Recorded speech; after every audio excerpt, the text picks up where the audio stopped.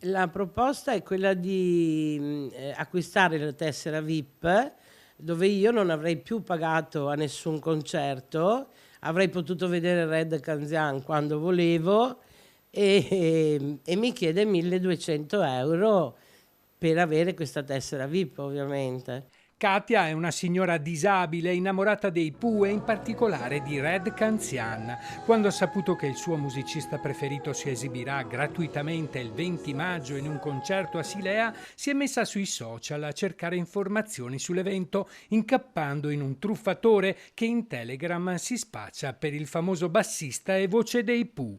La storia inizia sui social quando in un commento riguardo al concerto è stata agganciata dal truffatore. Nei commenti una persona metteva di aver parlato con Red Canzian su Telegram e quindi metteva il link proprio dove andare a parlare con lui per prenotare. Dopo i primi messaggi di Katia, la truffa ha preso subito forma. Lei se n'è subito resa conto e ha segnalato il fatto alla nostra redazione. Insieme abbiamo verificato fin dove è stato capace di spingersi questo impostore. Ha risposto dopo 2 minuti. Dopo 2 minuti, velocissimo.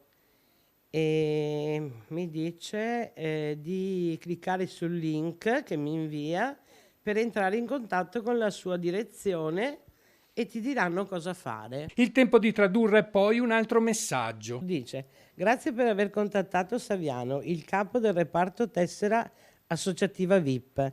Signora, il costo della carta è di 1.200 euro.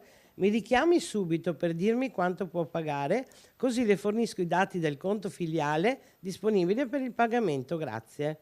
Completamente sbalordito, Red Canzian, raggiunto a Milano, ha voluto inviarci un videomessaggio. Il mio concerto di Silea è gratis. Io non ho, perché se cliccate il link che lui vi suggerisce vi manda a Telegram. Io non ho Telegram, per cui quel Red Canzian di Telegram è un mascalzone, non sono io, è uno che si spaccia per me. Per cui non cascateci, perché purtroppo io capisco che c'è gente che ha bisogno, però dai, troviamo almeno una truffa più credibile. 1.200 euro per venire a vedere il concerto di Silea, che io ho sempre detto che lo faccio gratis per fare un regalo al mio pubblico, al mio paese, alla mia terra, ma insomma... Che disgraziati, ragazzi. Mi raccomando, non cascateci.